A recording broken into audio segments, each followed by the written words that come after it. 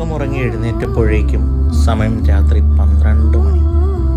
ഒരു വിശപ്പ്, എന്തെങ്കിലും കഴിക്കണമെന്ന് വിചാരിച്ച് ഞങ്ങൾ വൈക്കം ഹോസ്പിറ്റലിന് തൊട്ടടുത്തിരിക്കുന്ന തട്ടുകടയിൽ നല്ല ചൂടപ്പവും കടലക്കറിയും കഴിക്കാനായി പോയി.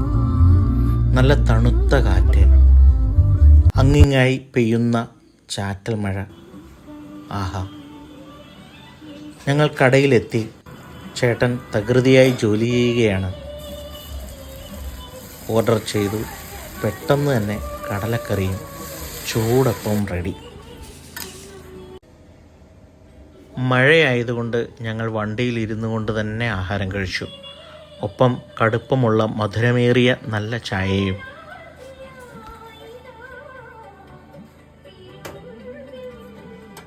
എങ്ങനെ ഉണ്ടായിരുന്നു? സൂപ്പർ ആയിട്ടുണ്ടായിരുന്നു. അടിപൊളി.